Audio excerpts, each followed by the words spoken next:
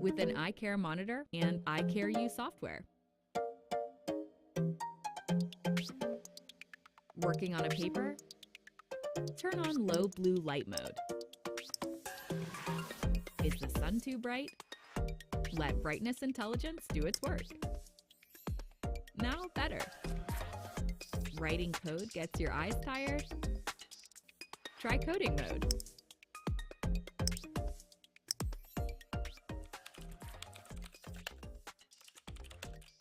Forget the time. Light reminder lets you know. Totally immersed in the movie? Minimize software won't distract you.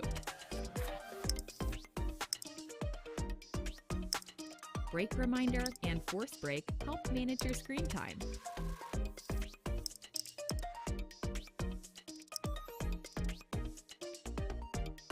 When it's almost time, a countdown starts. Force break activates to rest your eyes.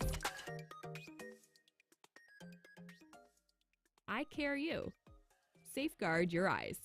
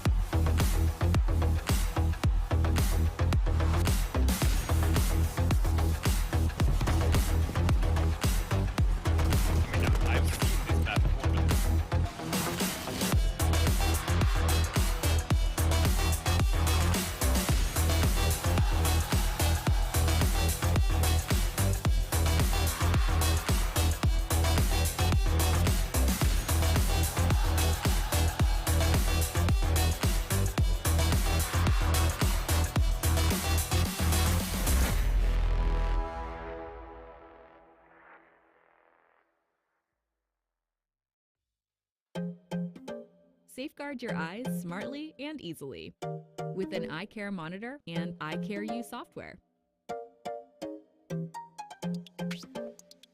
Working on a paper? Turn on low blue light mode. Is the sun too bright? Let brightness intelligence do its work. Now better. Writing code gets your eyes tired? Try coding mode.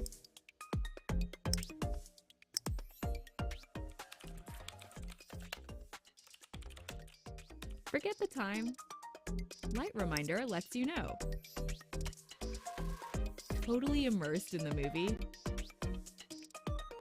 Minimize software won't distract you. Break reminder and force break help manage your screen time.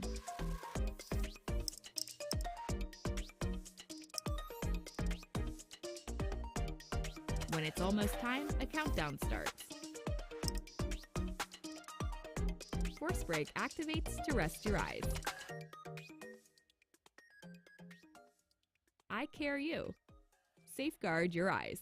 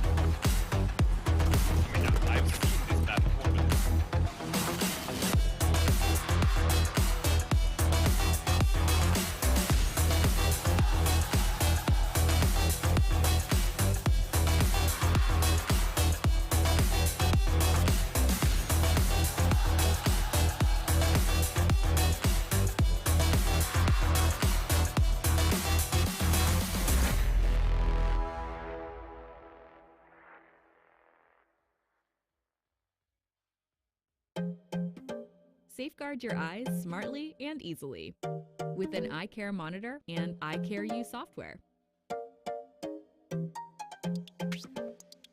Working on a paper? Turn on low blue light mode. Is the sun too bright? Let brightness intelligence do its work. Now better.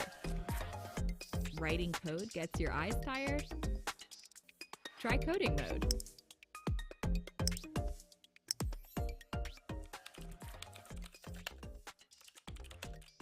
Forget the time. Light Reminder lets you know. Totally immersed in the movie? Minimize software won't distract you. Break Reminder and Force Break help manage your screen time.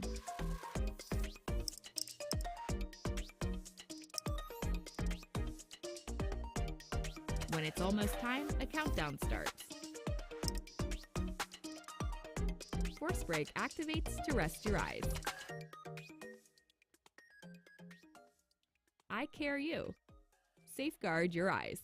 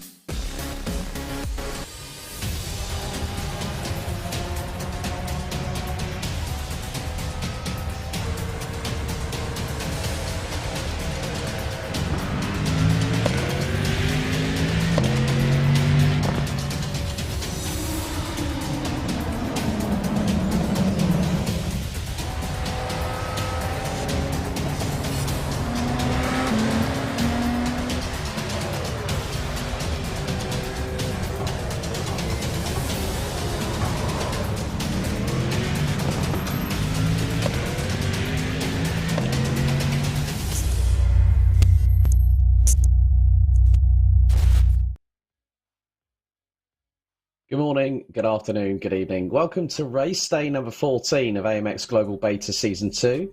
My name's Alex, and once again I'm joined by the incomparable Reed. Reed, good to see you again, buddy. How's things? Ready for racing?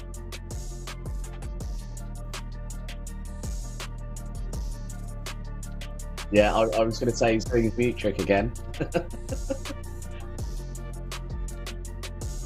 Don't know if we might have some technical problems on Reed's side, but, well, we might as well just carry on. We've got two races today. We've got free tier race number 14, TCRs at Lime Rock Park, based out of Connecticut. And then we head to the eastern side of Europe, to the Hungaroring a little bit later on for race 7 for tier 1, the Dallara P217 LMP2 cars. But a lot of action has happened. We're getting closer and closer. We're about 4 races away from a third of the way through this beta season 2 here at AMX Global, and this is the entry level tier for AMX Global itself. So we have the free tier, we have tier 1, we have tier 2. The entry fees go up, but prize money also goes up. And this particular circuit, based out of Lakeville in Connecticut, which is just in the town, the hamlet in the town of South Salisbury, is the third oldest continually operating road course venue, behind Road America in 1955 and Willow Springs back in 1953. And it's also owned by Skip Barber. Well, if anyone doesn't know Skip Barber within the world of US motorsport, then where have you been? You've been hiding under your rock. But this particular circuit is 7 corners and it's fast and flowing. Let's have a little bit of technicality and some elevation changes to go along with it. Here are the actual leagues here on AMX Global.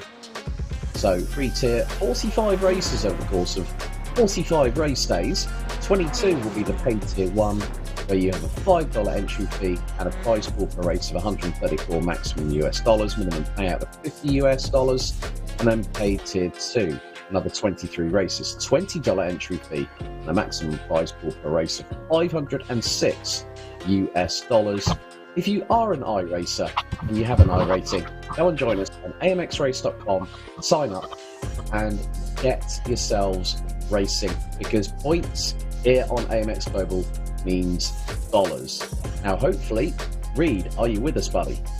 I would hope so.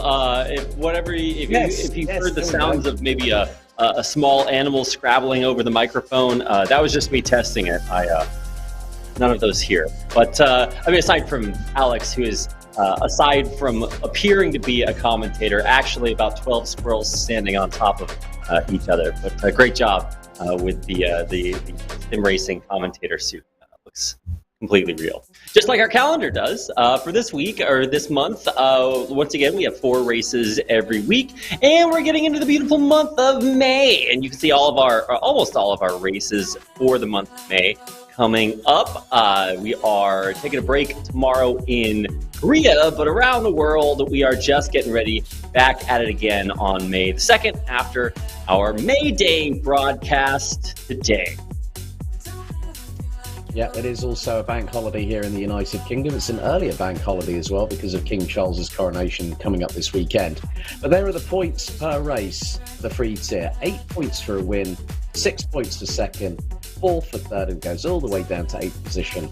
So if you finish at least 80% behind, over 80% of the finishing time of the race leader, you get points on the board. And it's a bit like the old school Formula One style points, or they went to what they have now, and it has evolved over the years. But we're going to be hopefully going trackside very, very soon. We have got TCR cars in action. The drivers are making their way around this particular circuit, which is just over 2.3 kilometres, which works out to just a shade over 1.5 miles, and the countryside. It says anything in the state of Connecticut, and also it's very deceptive, this circuit. It's also the home track for the Skip Barber Racing School, and is, as I said earlier, it was opened back in 1957. It is the 3rd longest running venue for road course racing action in the United States of America. And the cars that will be provided, that the drivers will be using, are the TCR class, a staple here on AMX Global, as we see the newest addition to the TCR family, the Hyundai Elantra N TCR, that recently made its debut in the TCR UK Touring Car Championship back last month at Snetterton, and took on its debut an inaugural victory. They're all front-wheel drive. They're based on 4 or 5-door production vehicles, unless it's a Hyundai Veloster, and they're powered from anything between 1 3/4 litre to 2 litre turbocharged engine. They're all front-wheel drive. They produce around about 360 brake horsepower, balance of performance dependent. There is the number 33, Francis Gael Valero, running in his Apex Racing Team livery. And also, last time out on race day 13, when we had the Toyota GR86s at Scuba and at Donington Park, the Porsche Cup cars, it was Kaya Gaspar that ended up taking both the victories that particular time. And what's more, Kaya Gaspar now leads the overall rankings in the AMX Global Beta Season 2 leaderboard. There's the number 2 of Kaya Gaspar, running in the traditional Hyundai Motorsports Customer Racing livery. And there are also some drivers that are representing Hyundai in the world of TCR competition. The likes of Mikkel Ashkenar, Norby Michelitz. Norby Michelitz has been aligned with Hyundai for quite a few years now. And we're coming to the final throws of free practice. Around about 3 minutes to go on the timer here, Reed. But this circuit here at Lime Rock, it is very, very deceptive. It might look fast and flowing, but there's a lot of elevation changes as well. Yeah, and of course we're playing the Grand Prix version, so it's not going to include either uphill or West Bend chicanes. So it is. It looks, if you just consider it topologically, a fairly smooth affair without what you consider like any crazy hairpins, unless you really want to count the Big Bend. But unfortunately, because of the elevation changes, some of these turns have a little bit of an Eau Rouge feel, where you really do have to kind of trust going up or down. The other interesting characteristic is that during the uphill on the back half of the track, you're going to be coming uphill, which means as you crest the hill, you're going to be coming up a little bit light on your tires. So definitely want to make sure to keep everything straight, and remember that you are not going to have the downforce that you usually do. Of course, driving right through the cones there. That's what you're going to be looking to do, as we do not use that chicane there. So it's going to be a little interesting. Yeah, track limits will definitely feature in this particular kind of circuit. As across the line goes Caio Gaspar. Just under 2 minutes left on the timer here in the official free practice session. Or we go into a 10-minute qualification session and a 20-lap race. Should be about 35 miles worth of racing action and about just north of 50 or so kilometres for those that use that kind of measurement. But at the moment, it is Gael Valero who has set the fastest lap time in this free practice session of 56.690. Gaston Colharvey looking to make amends for some dramas that he's had over the past few race days. Currently fourth in the overall global standings, with the total earnings so far at $375. Gael Valero, who's leading the free practice session at the moment, is currently 8th overall on $214. This is according to the information that we are provided on amxrace.com. You can head there for the leaderboards, the standings, as well. Seungin Park decides to go rally crossing. I think he's trying to channel his inner Travis Pastrana right there, but Seungin currently sitting 5th overall, has the lowest of the I ratings out of everybody. Gael Valero, but at least at the end of the day, we don't discriminate against I ratings, because very true. AMX Global is meant to be for everybody. Yeah, for everybody. That's why I'm here. That's how you can tell it really is for everyone. And in fact, for Seungin Park, he was really getting out there. We are in the beautiful foothills of the Berkshire Mountains here, but not time for hiking season or rallycross just yet. We are supposed to stay on the road, just a little bit of feeling out the end of practice time, getting those intrusive thoughts, the pièce de vide, out of our heads, and now we can all focus on keeping the wheels on the ground. Something I mentioned might be a little bit difficult after that uphill stretch, but for the most part, does balance out pretty well. Now, comparatively, this is a very narrow track, especially around some of the curves, right? So you're really going to have a lot of difficulty with your maybe traditional passing styles. I don't know what these racers are used to, but this, like Alex was saying a little bit earlier, this does offer some fairly deceptive simplicity that might sneak up on the unprepared racers. So we'll have to see how well prepared our racers are. 3 privateers and, of course, some representatives, Caio Gaspar and Diego Villarreal, of their respective teams. You can see them on your screen right there as we start qualifiers. Coming up after the end, you hear the results of our practice session. Yeah, Gael Valero is the one that really has showcased that when he is on form, no one can quite clearly touch him. Qualifying, it's a 10-minute session around this just north of 1.5 mile circuit, as Seungin Park definitely flirting with track limits. 2 wheels on the left-hand side of the car, skirting with the grass. And we're going to see a lot of slipstreaming here as they cross the stripe to start their first push lap. So we'll get an understanding of the banker laps. A little bit of a tighter line taken by Gael Valero, who's behind Seungin Park and going through into the next left, which looks to be the left-hander at 3 before the right-hander at 4. And then you've got the no-name straight. It sounds very reminiscent of the no-name corner at Spa-Francorchamps, but then you've got the uphill going into T5. We're actually using the little bit of the cut through as opposed to using the flat right-hander. Gaston Colharvey goes purple in Sector 1. Valero purple in Sector 3. Gaspar purple in Sector 2. Which means for those uninitiated of you race fans out there, that means that's the fastest sector time of anybody out on the circuit. Gaston Coulthard has, in his Audi, has definitely gone a bit wide.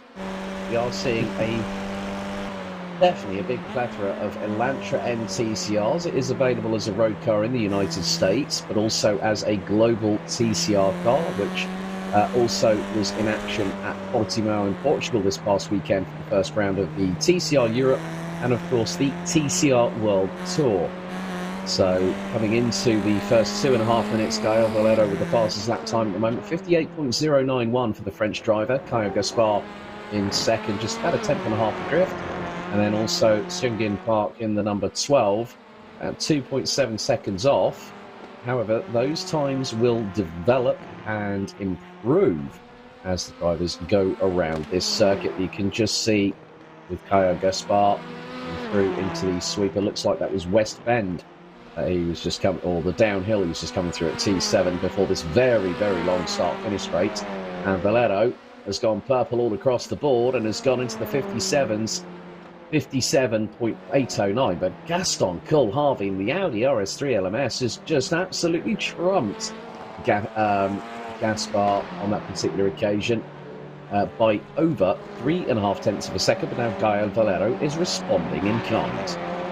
Yeah, I actually was really impressed by Valero there, Alex. Felt like he was really putting up some big numbers. And then Gaspar comes up and does even better. And now Clavia at the top. Just, once again, incredibly dominant here. And, this is... you're forced to sort of look for patterns where there aren't any. One of the great flaws of being human.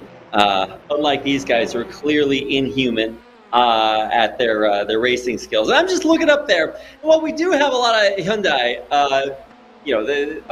Now Gael Valero has upset things with an even faster 56.9 time. I was about to call a conspiracy theory for the make and model here, but unfortunately, I'm gonna have to save that speech for later. But yeah, Valero right back up on top with an incredibly fast time. Yeah, Gaston Coulthard, the only driver that has decided to go for the 4 rings of Ingolstadt, whereas everyone has decided to show their affiliation for South Korea with the Hyundai. So we now have the Uruguayan in the form of Diego Villarreal, who again is on his usual jaunt, which is setting no lapping quali, going all guns blazing in the race. Jackson Resenge from Brazil also rejoins us. He's currently on an outlap in the number 6 Hyundai. Whether it's going to be the Elantra, whether it's going to be the Veloster, nobody knows, because when we see the brand name by the right-hand side on timing tower, as Gael Valero is the fastest out of going to be, it was going to be, and Weihan just stopped. I said, what was it? Weihan, one of our usual commentary brigade here on AMX Global, said, where are you from? And he answered with the fourth dimension. I said, well, don't you live on Jupiter? And he's come out with a completely different planet, and I'm not going to mention that on air because there's some double entendre connotations with that one. However, Gael Valero has gone purple in sector number 2, didn't improve in sector number 1, neither in sector 3. But it is looking rather close between the top 4 at the moment, Reed. Just under 9 tenths separate them as we're about to hit 60% of the time elapsed here in quali.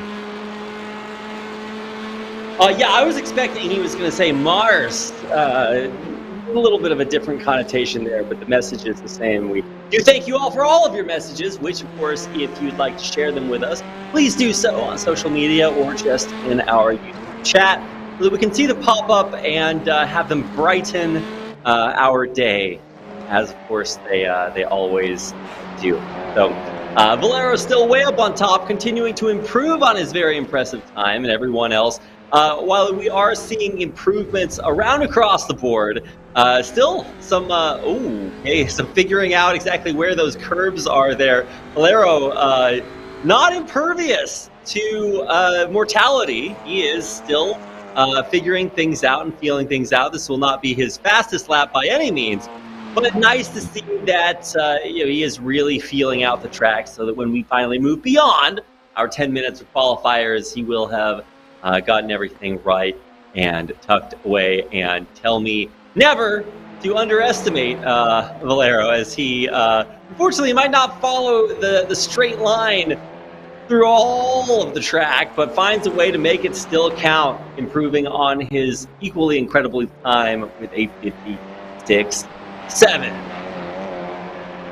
Yeah, that was actually Jackson Ascendi in the number 6 that went straight on at the uphill at turn 5. So used the runoff area as opposed to the infield chicane that we've got, which adds a little bit of required dexterity for these drivers. We've got 2.5 minutes still remaining on the timer. Gael Valero, despite having not improved on the 2nd to 4th sectors of the lap as he goes through the downhill at turn 7, and just, the back end was so sketchy. Stepped out to the left rear. No improvement from Valero. That was a 57. Well, no, that was a quicker time. Hang on a second.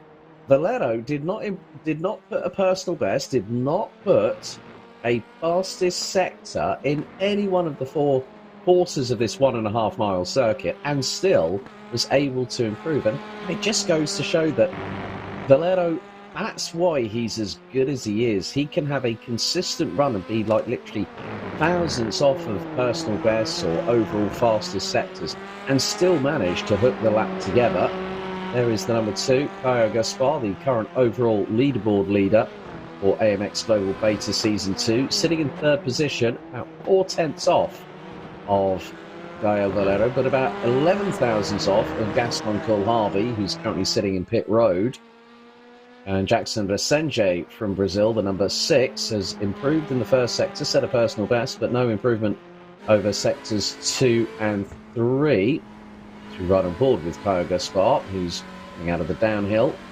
Now, going up the gears, these will have a 6-speed sequential paddle shift gearbox. He's going to go up to 6 momentarily. There he does. And across the line into turn 1. Is approaching close to 140 miles an hour before Big Bend here at turns 1 and 2. And then into the next left-hander here at turn 3. And then it's through to the section that would normally be compared as, well, it's the S's, or the right-hander at turn 4. And then they're going to go up the incline here, so through the no-name straight, up into the uphill, but then out of the final corner comes Gael Valero once again, purple in sector number 2. Is he going to improve his 56.603 lap time? We're just about to find out. Across the line, and he does improve once again. It's just been minimal improvements here or there, and he's extended the gap to Gaston Colharvey's. The time is about to hit 0, and his gap in the battle for pole position is about 4.3 tenths of a second. Check it is out. Yeah, wow. Continual improvement. Actually, even Caio Gaspar getting in on the level up there, narrowing the gap to just 3 and 8 tenths of a second. Really, really impressive to see Gael Valero's consistent improvement there. And if you omit every single time he put up a better time, then you actually have dead even between Caio Gaspar, Valero, and even Colharvey, as he is only a couple of hundredths of seconds behind Gaspar. So really incredibly close qualifying times set by all of our racers.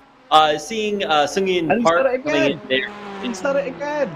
Sorry about that, Reed, but Gael Valero has gone sub 56.5 on his final lap in qualification. He's just done a 56.448. I want to see how many laps he set the fastest time on. Like, it just seems like every single one of them. I think it's probably been at least the last 5 in a row. Last 5 on the bounce, and he's done it. So Gael Valero picks up pole position for free tier race number 14. We've got tier 1 race 7 with the Dallara P217, so you can save your monologue for that one, Reed, a little bit later on today. But Valero takes pole position. Caio Gaspar, the overall leader in the standings for AMX Global, will line up alongside on the front row in second position. Gaston Colharvey and Jackson Vicente will be on row number 2 with Sungin Park and Diego Villarreal rounding out the 6-strong grid. So we're going to have around 35 miles, 20 laps of racing action here at Lime Rock Park. So a great circuit based in Connecticut, not too far probably from the home of World Wrestling Entertainment, run by Vince McMahon and his cronies. Another brand of sports entertainment. We're not going to digress into any kind of SmackDowns or Raw moments here on AMX Global. We're going to concentrate on the racing that we are about to see, because the grid is starting to line up. It's going to be a standing start here at Lime Rock Park as we wait for Caio Gaspar and Jackson Resende to make their way onto the grid. And there is the wonderfully liveried hang on. All we need now is a red scanning light on the front of Diego Villarreal's car, and we've got Hyundai's equivalent of Knight Rider in the 2020s right about now. But no, Michael Knight is not the driver behind the wheel, and no, that is not Kit. I don't know what the Korean vernacular would be for the Knight Industries 3000, possibly, when you're looking at the revamped or the continuation. But the revs are rising, the drivers are ready, and the lights are out. Green flag waves in the air. Very, very difficult start there for Seungin Park. But Valero already getting a good run. But Coolharvey looking to the outside, going into the big bend. And Coolharvey really got the jump on everybody else. Diego Villarreal got a lightning start. He's up 2 positions into 4th. Jackson Resende got the worst start of anybody and is languishing about 2.8 seconds behind Seungin Park as we make our way through into the more elevated section here at Lime Rock. But Valero leads the way ahead of Coolharvey, Gaspar, Villarreal, Park and Resende through into the uphill section here at turn 5, which is effectively now the chicane. Head on to the back straight, a short blast down the remainder of the back straight before westbound at turn 6. And then it's the run down the downhill section here at turn 7. And we come across the line to complete the opening lap, and it's a drag race at the moment here, Reed, between Gael Valero and Gaston Coolharvey. Someone went very, very wide coming out of turn 7. Putting up some 104s, so a stark contrast from those incredibly fast times we were seeing in practice. And obviously, even though they are group qualifiers, yeah, the real race is, of course, quite a bit more challenging. As you see, the pack still very, very close, but already Gael Valero right back to where he was during qualifiers. So no surprises there. The surprises are going to come as we see our racers adjust to the competitive, dynamic aspects of this track. Things heat up, and we actually put the pedal to the metal. An overtake there at the very back of the pack. Seungin Park getting one-upped by Jackson Resende. He came all the way around and is now putting Seungin Park back at the back where he was a little bit earlier on. The next battles will come not only at the end, as Seungin looks to make an overtake of his own happen back there. Towards the middle of the pack, with Diego Villarreal and Gaspar battling it out, and another swap. We're seeing neck-and-neck action at the back of the pack, going too wide here, looking to make that overtake permanent, and it's not sticking. No, that was a great side-by-side contretemps between Seungin Park and Jackson Resende, with the number 12 looking up the inside of the number 6, going through into turns 1 and 2 at the Big Bend. Now back into the technical part as they head through turn 4 at the right-hander, through the no-name straight into the chicane section here at turn 5. A great move by Jackson Resende just to keep it pinned around the outside of Seungin Park through turns 1 and 2, and the Brazilian kept in front. Remains in 5th position now, stretching a little bit of an advantage, but Jackson Resende, now having clear air, has the opportunity to go after Diego Villarreal, who's a second and a half up the road. But Valero leading, and comfortably leading. 56.881 was his lap time, and the best part of us 1.3 seconds behind is Gaston Coolharvey in terms of lap time delta. But the Argentinian is 2.4 seconds adrift. And it's a further second back to Caio Gaspar. Diego Villarreal a further 1.1 seconds back.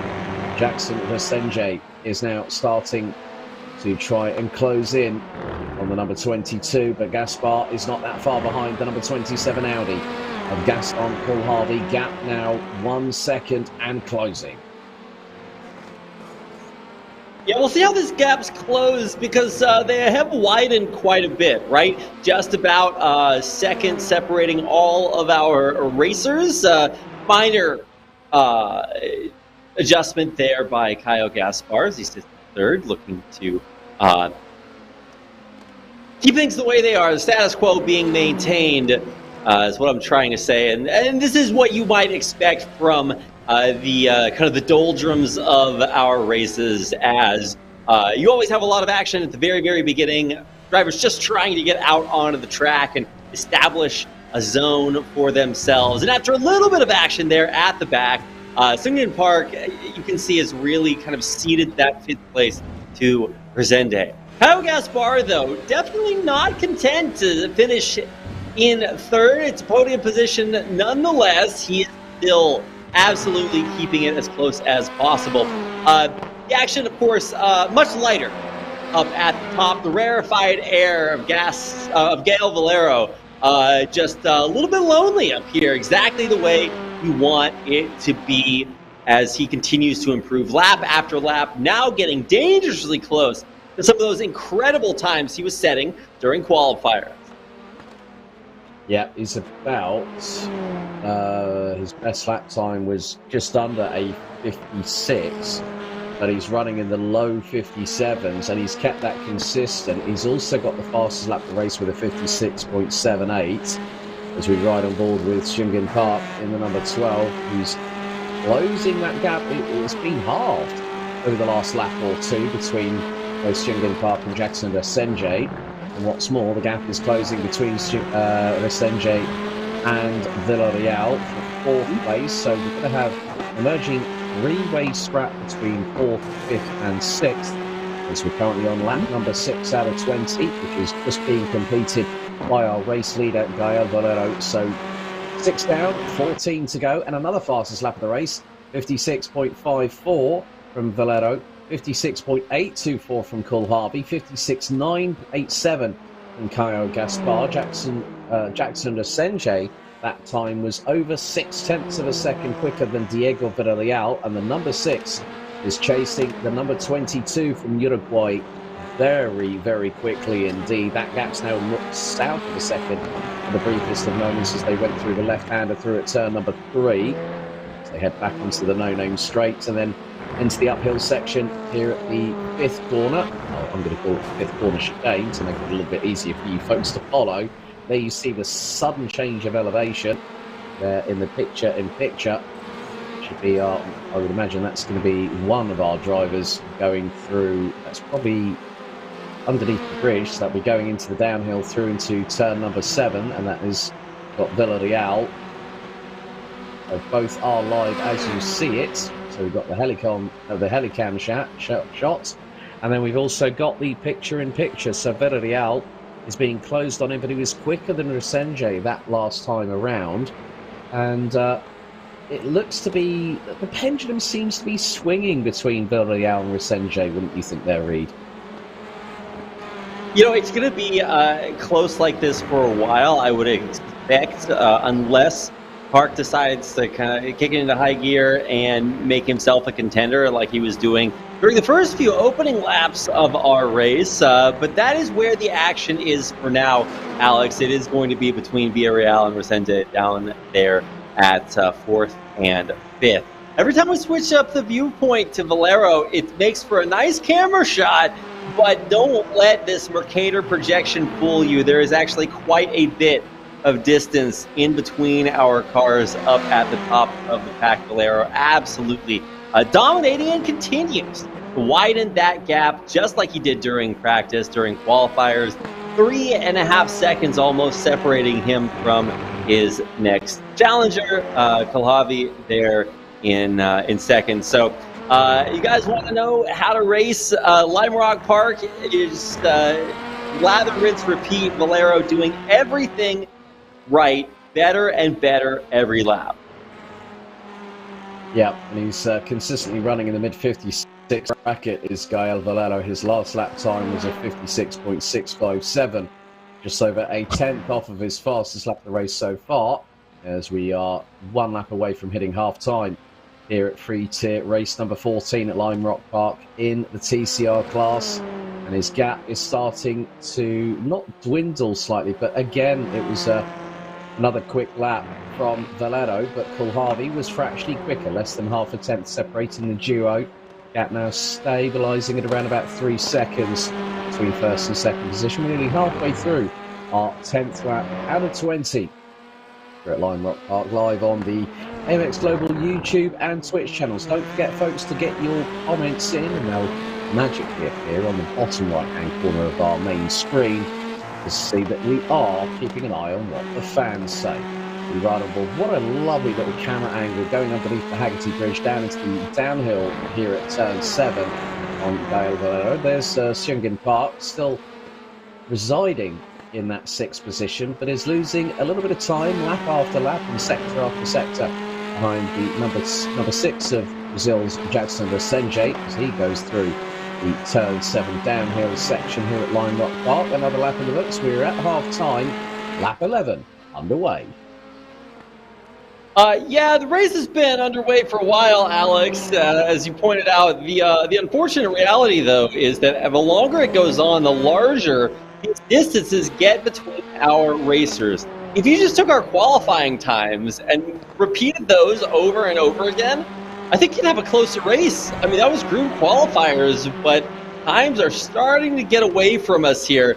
Middle of the pack is punctuated by Diego Villarreal. He is solidified absolutely there in the middle, setting a 5-second lead, the largest lead of the race against Resende and Park at the bottom. And you can just kind of see where that lead comes from, right? We were following Park earlier on, and now we're going to hop on board, check his car out from the rear view mirror of Resende in front. And you see that as he comes around these corners, they're just not as tight, and he's really not respecting a lot of those important curves. It is so important to finish that west bend into the downhill strong in order to get that top speed out of the apex through the straightaway, because you really don't have a lot of straightaways. There are straights, the no-name straight, the back straight, but I don't know if they necessarily count as quite that straight due to the elevation changes and a little bit of a wiggle there at the top of the no-name. So you really have to get most of your max speed coming out of the 7th, and that is not something we've been seeing Park doing there. Just a minor note, not like I'm critiquing what is a very fast time from him, but the times just get faster as we head on board with Gaston Presta-Calavi as he is fighting for that 2nd spot. He will keep it somewhat solidly for now, but starting to chip away, maybe just ever so slightly, at cutting the cord between him and Valero, and hopefully, maybe as we get through our final 7 laps, making it a little bit of a closer race. But of course, Valero might have something to say about that between now and then. Yeah, I think he very much will do so. One of the other things about these cars, I mentioned at the top of the show, they are front-wheel drive. So one of the biggest things is that through a circuit like this, especially with the fast sweeping corners, especially going through downhill at turn number 7 that we're just seeing Paul Harvey go through as he goes underneath the Haggerty Bridge, they will have to turn the cars in, rotate the vehicles, but also the fact that you get a lot of torque steer. When there's a lot of significant power going through the front axle, along with the steering inputs, that can also be very, very hard to master, especially with these TCR touring cars. But sometimes you can get a little bit of snap-on oversteer, or you can induce using the good old Scandinavian flick, where basically you can get snap-on oversteer. And our guys at headquarters are going, Gail, why are you so fast? Why are you not drifting? Well, this is not effectively a drift-style vehicle. It's about going fast around a circuit as quickly as humanly possible.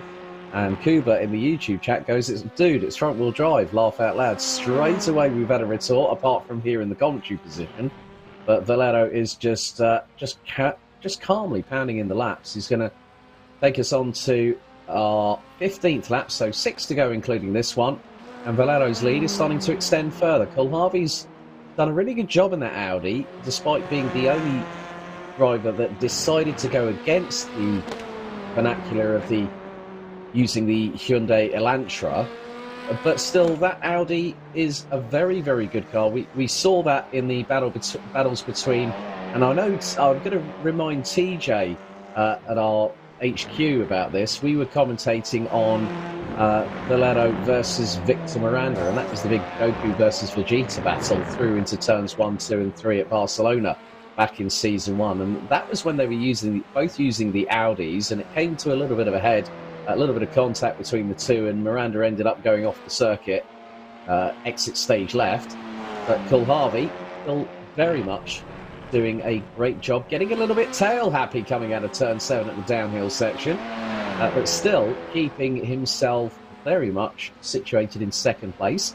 And he's just bettered the time of Gael Valero by 2.5 tenths of a second.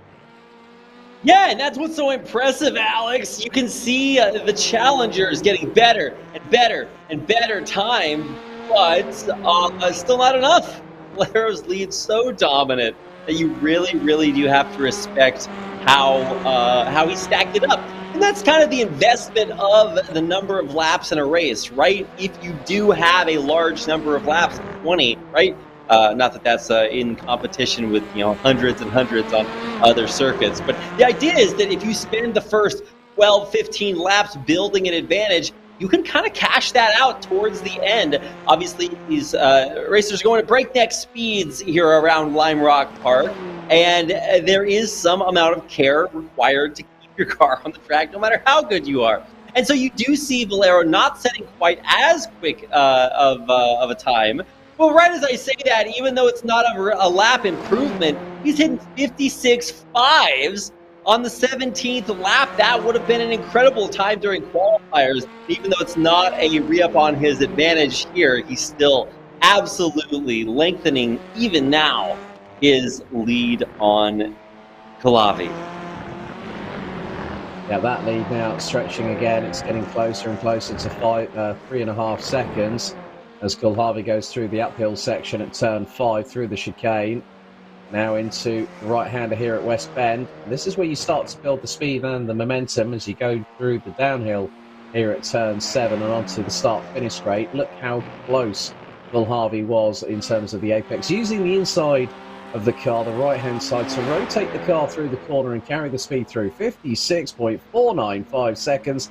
Another successive fastest lap for Gael Valero. We've got 3 to go, including this one. We're on to lap number 18 out of 20, and it looks to be pretty much a mere formality for Valero, who is just driving along like a Bank Holiday Monday morning drive in the Connecticut countryside here at Lime Rock Park. He's done a fantastic job, as we have always come to expect from the driver from France in the number 33. And he's now making his way through in towards turn 6 at West Bend, and this is a fast right-hand sweep, and then you've got to add the added difficulty of measuring the downhill through turn 7 and just turning the car round the corner. You've got to carry the speed through it, and as we alluded to earlier, that will help with your momentum carry through down the lengthy start-finish straight. It's just over 1.5 miles circuit, as we are now on to our penultimate lap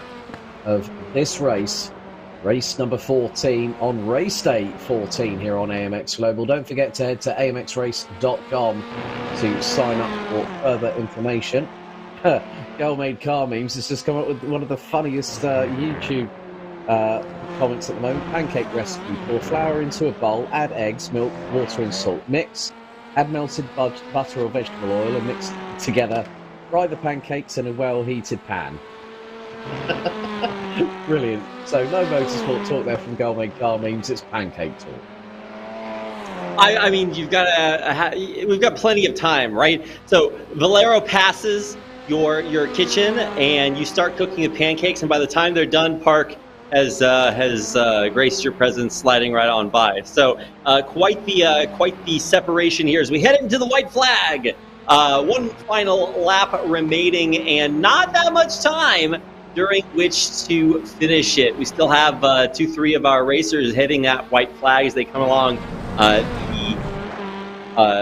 Sam Posey Straight starting their final laps. And now finally all of our racers are around there. But if you're in Guile Valero's spot, you are already halfway to claiming your seeming formality. First place podium finish for him. Now you can see a little bit of a look at coming around that corner at the uphill. And as we watch Guile just continue to dominate, this is what it looks like. Final seconds coming through as he is entering the checkered flag waving. Guile Valero from France will be your winner here on Lime Rock Park. Yeah, going sideways, trying to initiate a Scandinavian flick was the number 33 as he crossed the stripe for the 20th and final time. Gaston Coulharvey takes second, Caio Gaspar in third. A flash of headlights as Diego Villarreal crosses the line in P4. And then Jackson Rasenje and Seungin Park round out the 6 strong. Oh, a bit of an escape road taken there by quite a few of the drivers, which is normally basically, there's the car park, just off of what would be turn number 1. But that really rounds out the action for race number 14 on the free tier here at AMX Global. And in about half an hour or so's time, we're going to be heading into a tier 1. So Valero takes another victory, this time at Lime Rock Park in the TCR class with the number 33 Hyundai Elantra. Then we've also got Gaston Coulharvey, Caio Gaspar, Diego Villarreal rounding out the top 4 with Jackson Rasenje and Seungin Park completing the 6-strong grid, all finishing within just under 25 seconds of each other after 20 laps of this 1.5 mile or so circuit in the Connecticut countryside.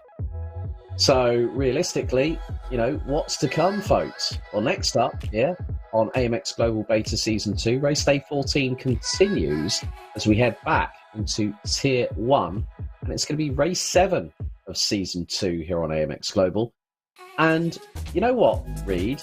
We've also got the fact that you were waiting to use your monologue for the TCR class. You're going to be able to use it for the Dallara P217 LMP2 cars at the Hungaroring in about half an hour's time.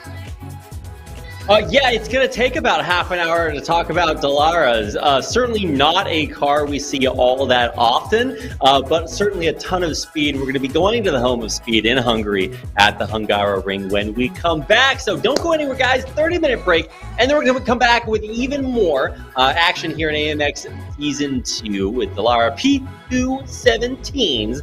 Out on the Hungaroring. It'll be Alex and I bringing you the action when we come back, so don't go anywhere. We'll see you then.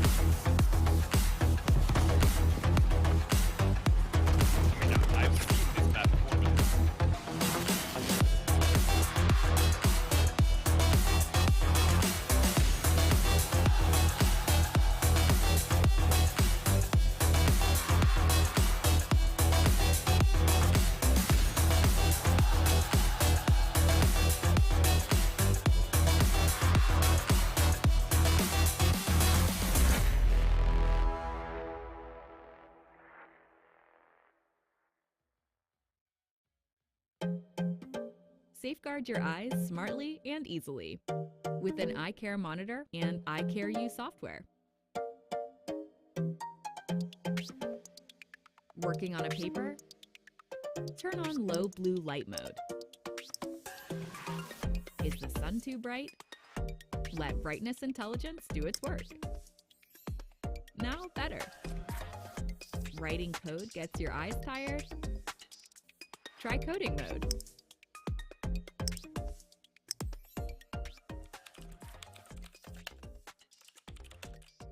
Forget the time. Light reminder lets you know. Totally immersed in the movie? Minimize software won't distract you. Break reminder and force break help manage your screen time.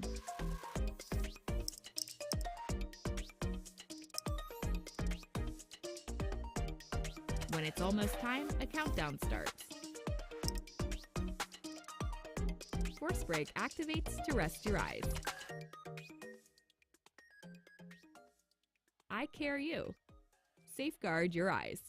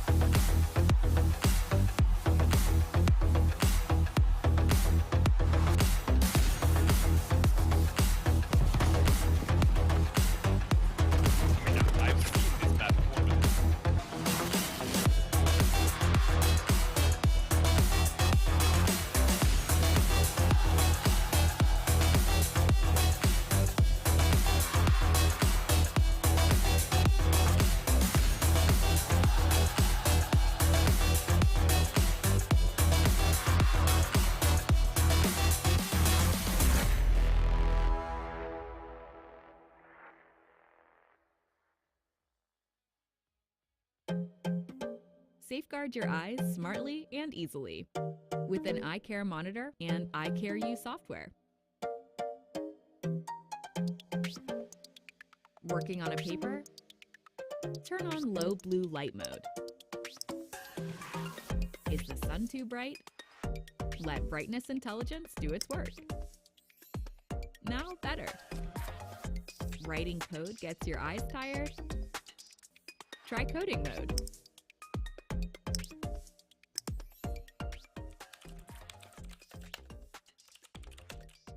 Forget the time. Light reminder lets you know. Totally immersed in the movie? Minimize software won't distract you. Break reminder and force break help manage your screen time.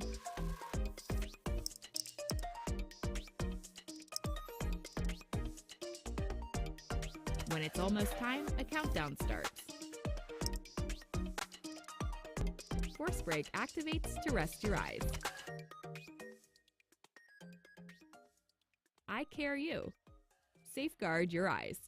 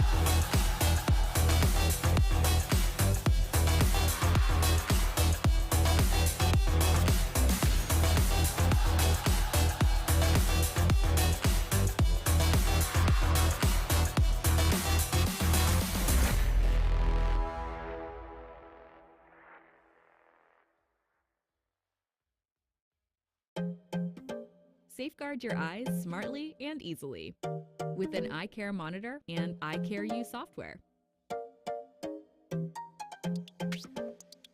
Working on a paper? Turn on low blue light mode. Is the sun too bright? Let brightness intelligence do its work. Now better. Writing code gets your eyes tired? Try coding mode.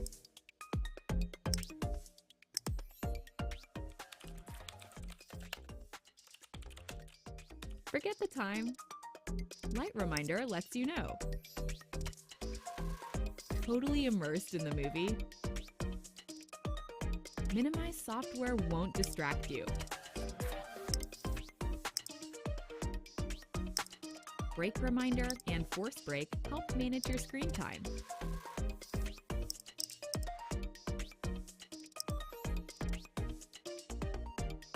When it's almost time, a countdown starts. Force break activates to rest your eyes. Eye care U. Safeguard your eyes.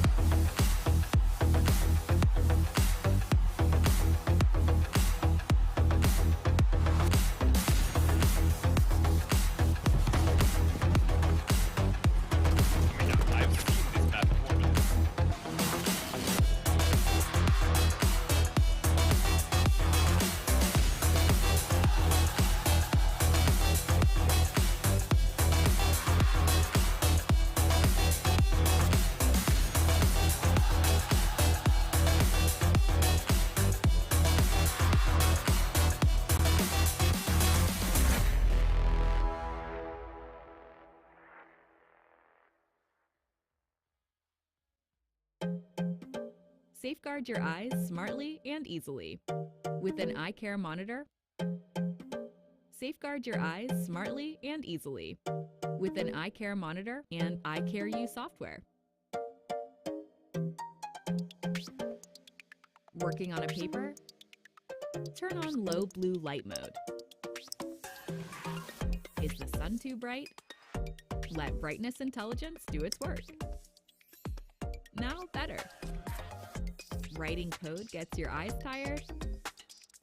Try coding mode.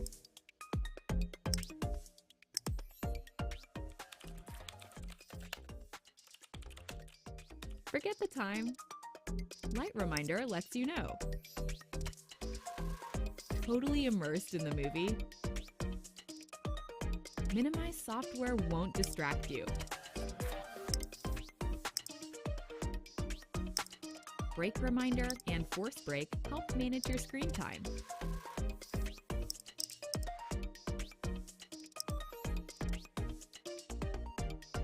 When it's almost time, a countdown starts. Force break activates to rest your eyes. Eye care U. Safeguard your eyes.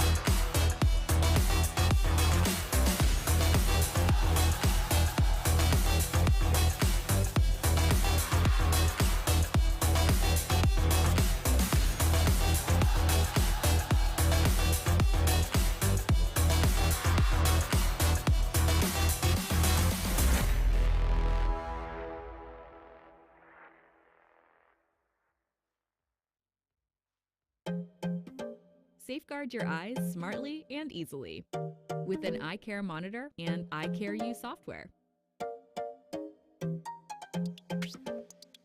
Working on a paper? Turn on low blue light mode.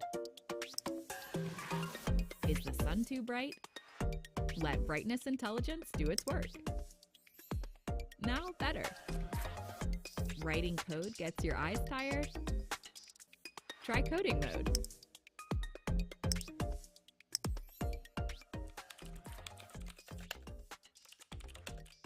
Forget the time. Light reminder lets you know.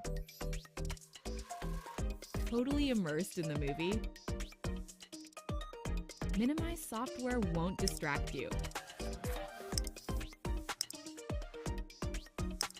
Break reminder and force break help manage your screen time.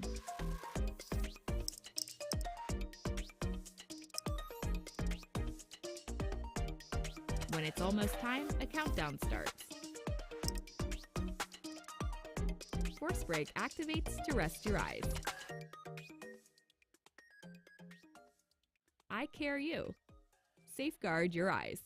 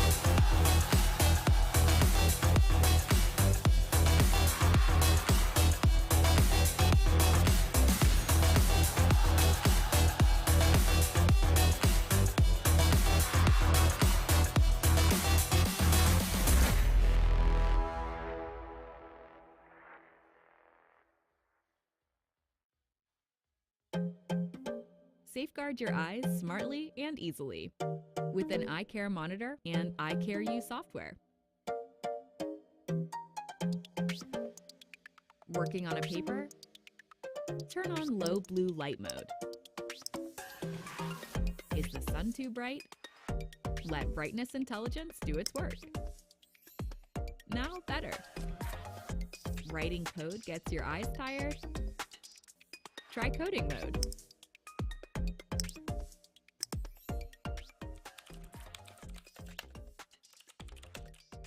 Forget the time. Light reminder lets you know. Totally immersed in the movie?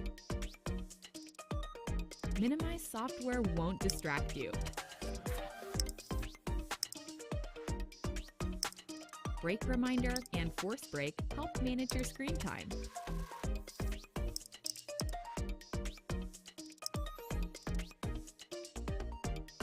When it's almost time, a countdown starts. Force break activates to rest your eyes. Eye Care U. Safeguard your eyes.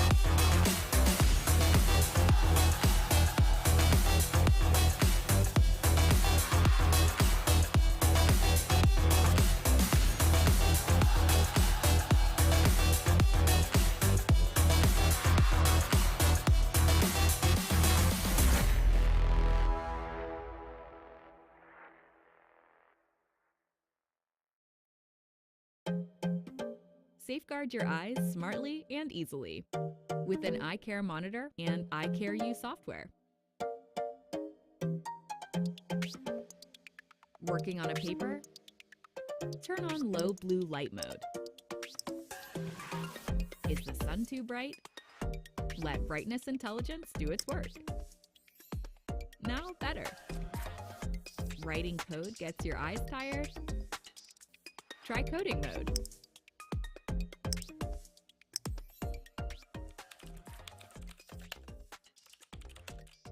Forget the time. Light reminder lets you know. Totally immersed in the movie?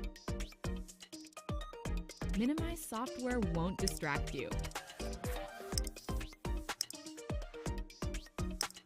Break reminder and force break help manage your screen time.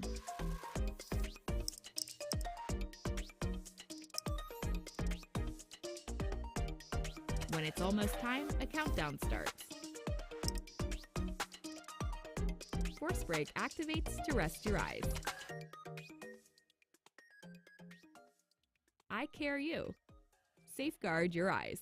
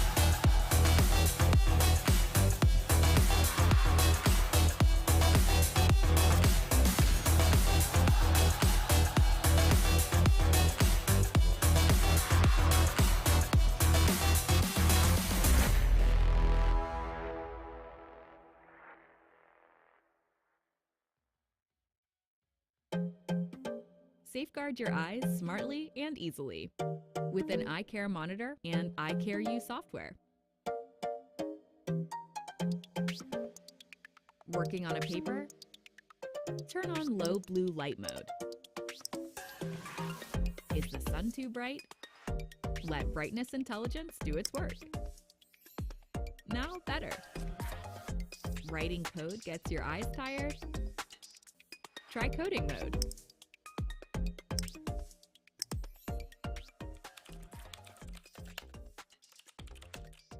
Forget the time. Light reminder lets you know. Totally immersed in the movie? Minimize software won't distract you. Break reminder and force break help manage your screen time.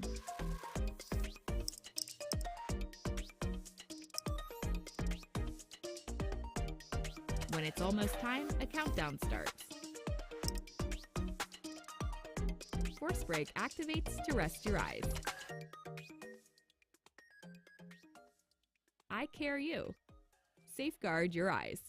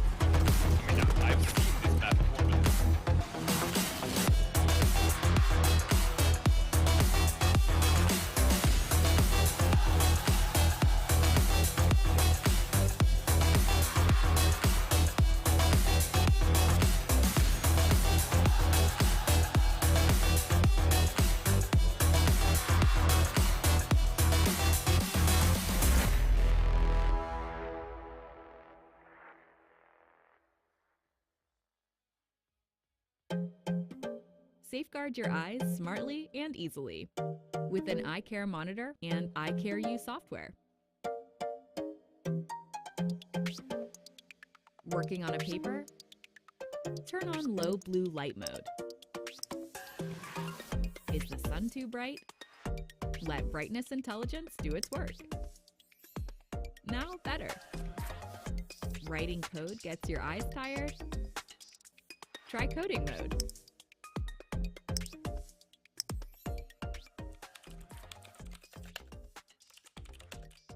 Forget the time. Light reminder lets you know. Totally immersed in the movie? Minimize software won't distract you. Break reminder and force break help manage your screen time.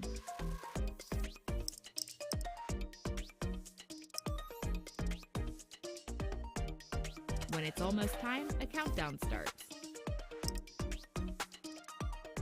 Force break activates to rest your eyes. Eye care you. Safeguard your eyes.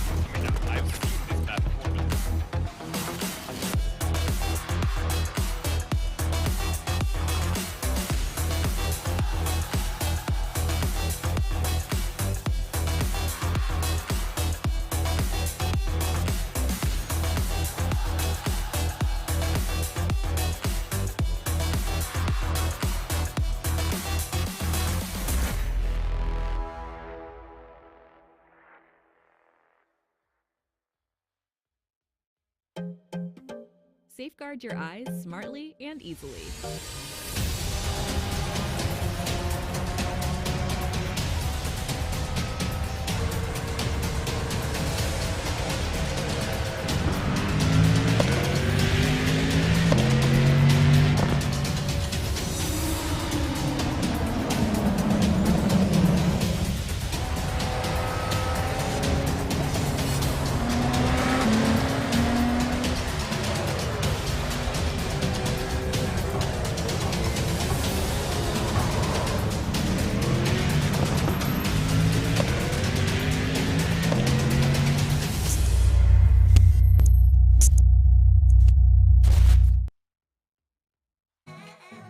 So the racing continues here on race day 14 for AMX Global Season 2. Alex and Reed back with you once again.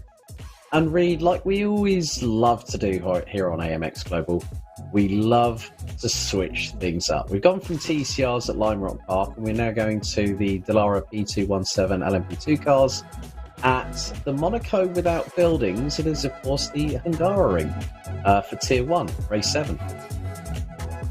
Yeah, certainly a little bit of a difference here. Whereas we did have a vaguely ring-shaped part. Hungaroring, less ring and more Hungaro, if you want to believe it that way. Certainly a very iconic park. I believe the third most visited location in Hungary. So very exciting, very high traffic. And tonight we're going to put some traffic on there. Not too much, but we're going to get out on there and see what our racers have to go for us. And if you would like to join us and showcase your own racing, course, head on over to amxrace.com and join up. We have even more ways to earn yourself free races to get out there and compete for our $16,000+ prize this season. And here's a look at the race today. You can see the iconic formation of the Hungaroring there, along with a brisk, clear weather, light winds, and of course a 26-degree temperature to start things off. Yeah, and the car that they'll be using will be the car that was built for the 2017 FIA ACO regulations for the LMP2 class in the World Endurance Championship. There are the 3 tiers, as we've already mentioned earlier on, and the 14th out of 45 3-tier races with a prize pool per race of $30.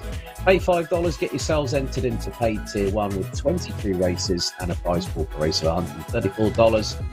And tier 2, the top tier here on AMX Global, $20 to enter, and a maximum prize pool of $506 per race, $100, aka 100 points for a race victory in that class. We will be back in action a little bit later on when we head into the third of the way through the schedule, because on May 2nd we will hit race date number 15, and at the end of that broadcast we'll have hit a third of the 90 races that comprise of Season 2.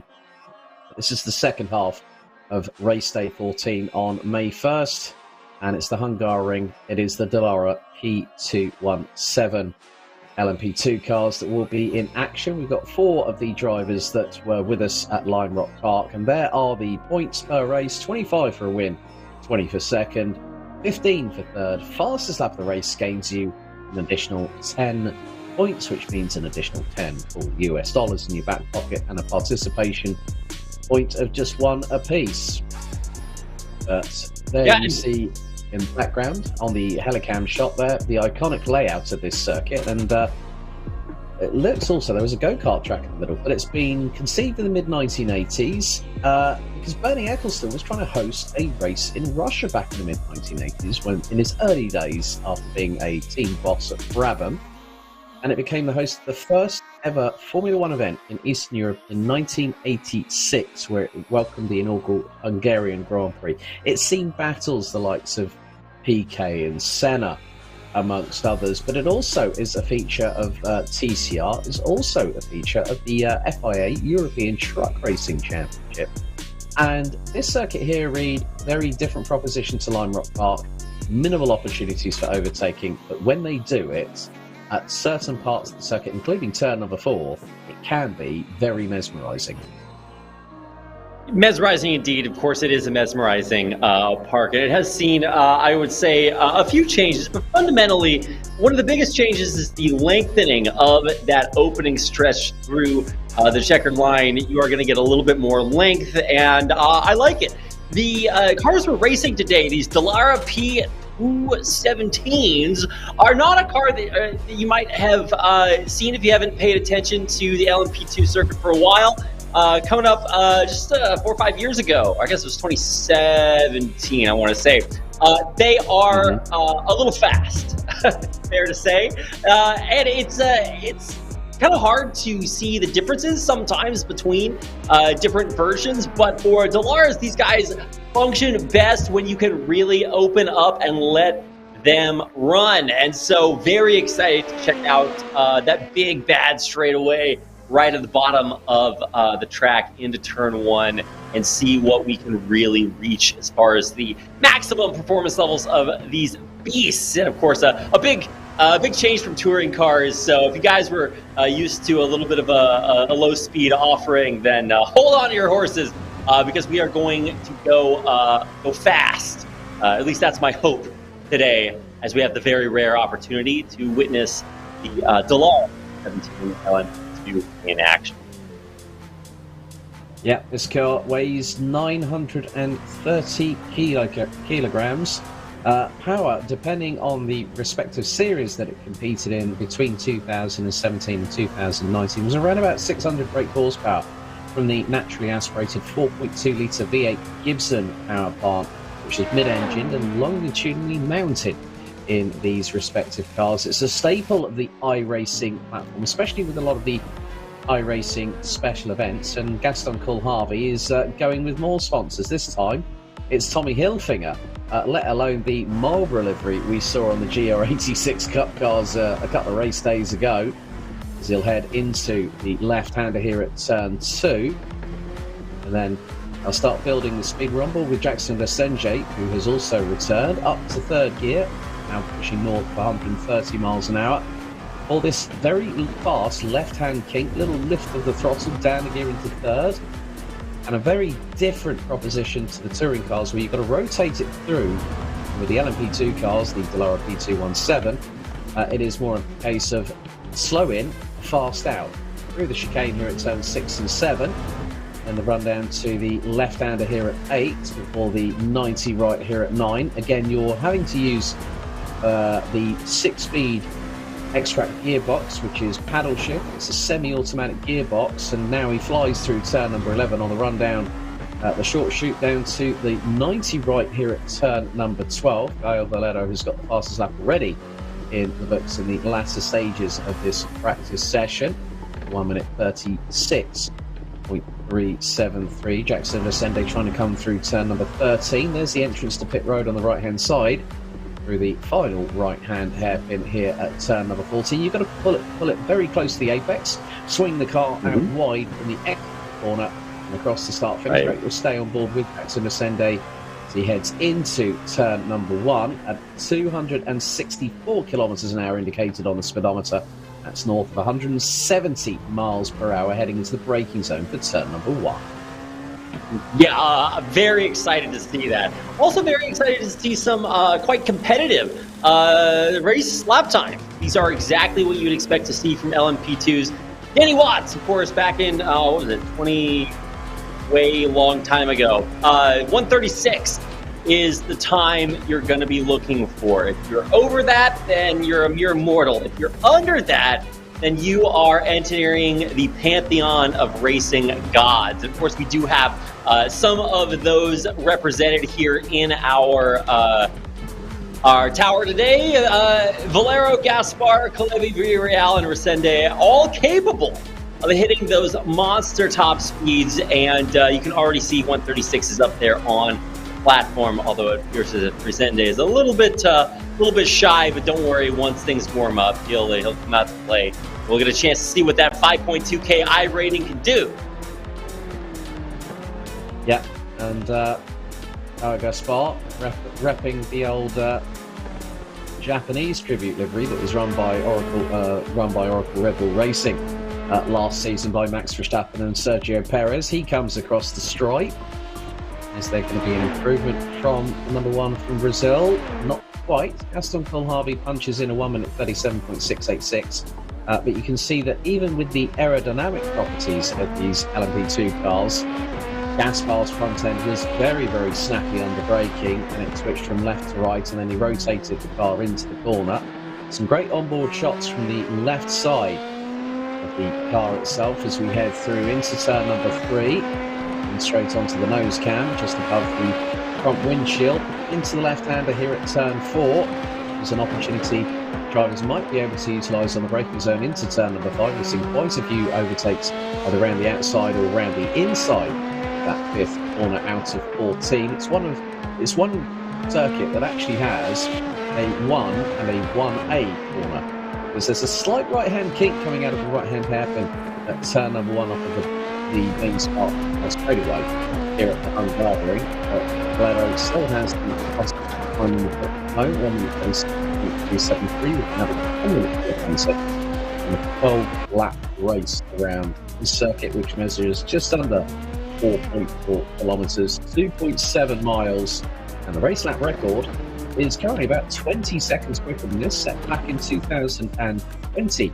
And the Mercedes AMG Petronas Motorsports W11 by 7-time Formula 1 world champion Lewis Hamilton. Gaspar comes out of the final corner, back end steps down to the left hand side as he applies the power. Is there going to be an improvement? No, not on that. Good. Time to get our improvements in. I know at least for me this is just practice, so I am not looking to see anything totally flat out. If anything, this is where you try to challenge the rules as far as how greedy can you get coming around these corners. Obviously, some of the obstacles, some of the challenges are a little bit more challenging, especially that the opening turn, that turn 1 and 1A that Alex was talking about, can be really tough to nail because not only are you coming into a sharp and then lightening up your turn, immediately after that you go into turn 2 and then straighten things out. So really challenging sequence there at the beginning, and of course equally challenging sequence at the end that during practice you're really going to want to familiarize yourself with going through the sharpest turn on the track, that turn 12 corner. While that also has an A turn afterwards as you prep for turn 13, it is the S'est of S's as you go in a wide loop in through some very, very sharp turns there towards the end of the Hungaroring before you prep for the big straightaway through the finish line. So we are still seeing faster and faster times set, with Valero hitting his PB up there at 1:36 as we end our time in practice and head out on to the race for group qualifiers from our 5 racers today. Yep, Gaio Valero looking to get the double here today on race day number 14. Fastest of everybody by nearly 0.4 of a second ahead of KTF BRB Esports. Caio Gaspar from Brazil. Then it's Gaston Colharvey from Argentina. Jackson Resende from Brazil, representing Canaan Esports Brazil. And the Uruguayan Diego Villarreal in the Sudamerica Racing Team number 22, bringing up the rear of the field, covered by just over 3.2 seconds. As we now get underway with our 10-minute timed qualifying session. Who will put it on pole position at this famed 4.381 kilometre, 2.722 mile, 14 turn circuit? Well, you can add maybe an additional couple of corners if you want to be cheeky here at the Hungaroring. Also, the technical section between turns 5 and 11 are going to be a stiff challenge as well. We ride on board with number 1 of Caio Gaspar as he makes his way through turn number 9, and then it's going to be a fast approach through this left-hand sweeper here at turn 10 before going through turn 11. You're going to carry the momentum through at 160 kilometers an hour. Now build the speed to north of 130, 140 miles an hour before going into the braking zone, and that's a little bit more elongated because you've got to anticipate the 90 right at turn number 12 and then through turn 12A, now through into the left-hand hairpin. So it's a double hairpin at the end of the circuit here at the Hungaroring. Tighter on the apex go, well, Kuba just goes, I hope it will be Delara. Well, that is a uniform 100% ratification there of who's going to win. It will be a Delara, but which one? Put your money down, folks. Who's it going to be today? Is it going to be Gaspar, Colharvey, Valero, Villarreal, or Resenge? It's anyone's guess how challenging these cars will be, but the person that I very much will think will have the upper hand in qualification and also the race will be, of course, Caio Valero, who's fresh off the back of his win in TCR at Lime Rock Park.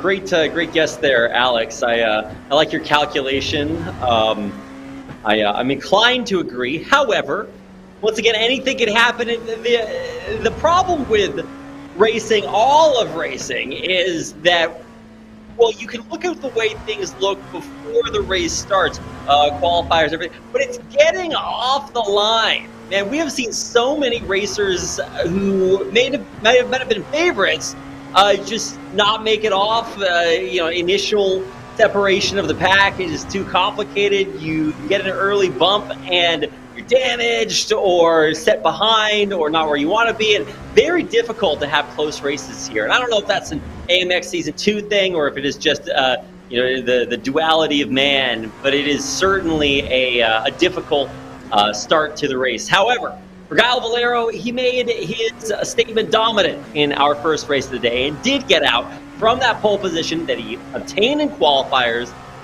to distance himself from the pack for the entire rest of the race. And I think that's why, or at least one of the reasons why, it is a little bit of a safe bet to bet on this guy. Not only is he continuing to post up better and better times here through qualifiers, getting even more likely to secure that pole position. But he also has an even better chance to get out there towards the front of the pack and avoid any of our miscreants who might make things a little bit messy to start things off. And it does look like he is giving the rest of the boys and girls a chance to get out on the track and qualify themselves, taking an out lap and waiting for the rest of the racers to get underway.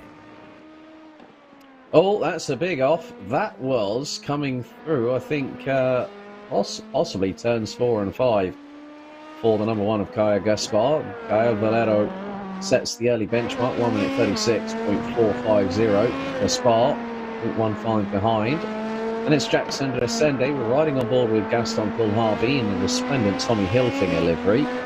I hope that company is not watching, because otherwise they might be saying to hang on, cease and desist letter is in the post to you right now to Argentina. No. This is how we leaked their entry into racing. That's if they've got the funds like Lance Stroll's dad to bankroll Aston Martin. But that's another story for another time.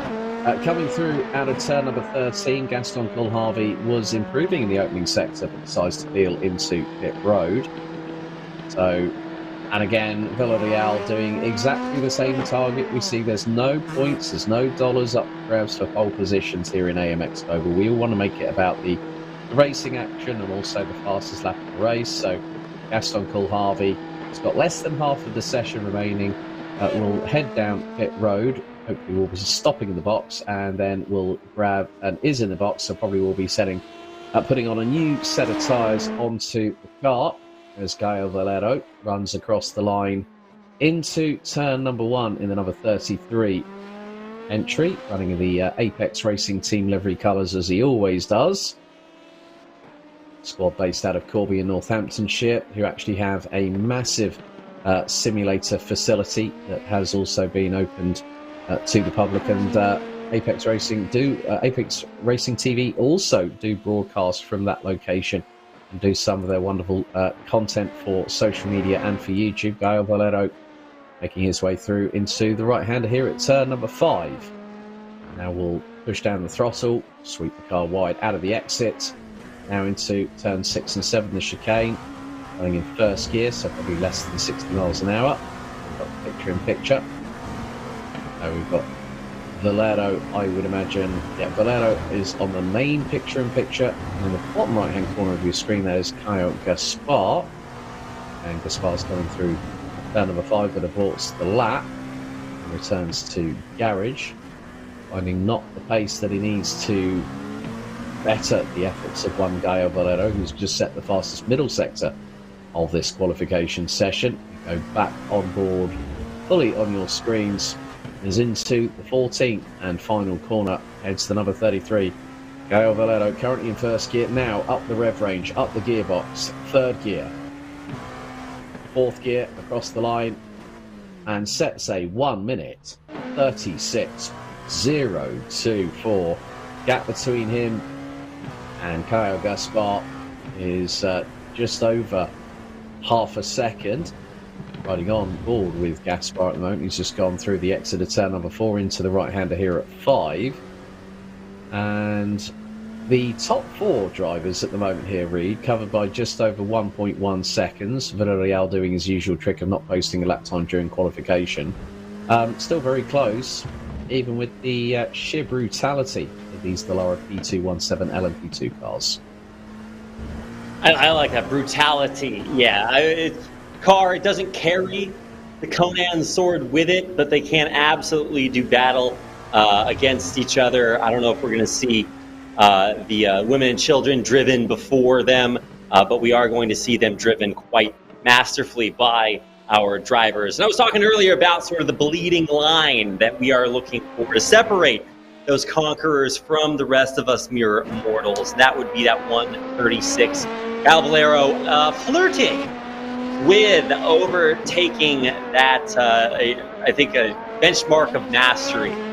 If he is able to kind of breach that, hit that coveted 135 time. And keep in mind, this is just qualifiers, right? That is a huge benchmark, and of course, even adds even more weight to the incredibly controversial prediction by Alex that it's entirely possible Valero could be looking for a repeat win here today.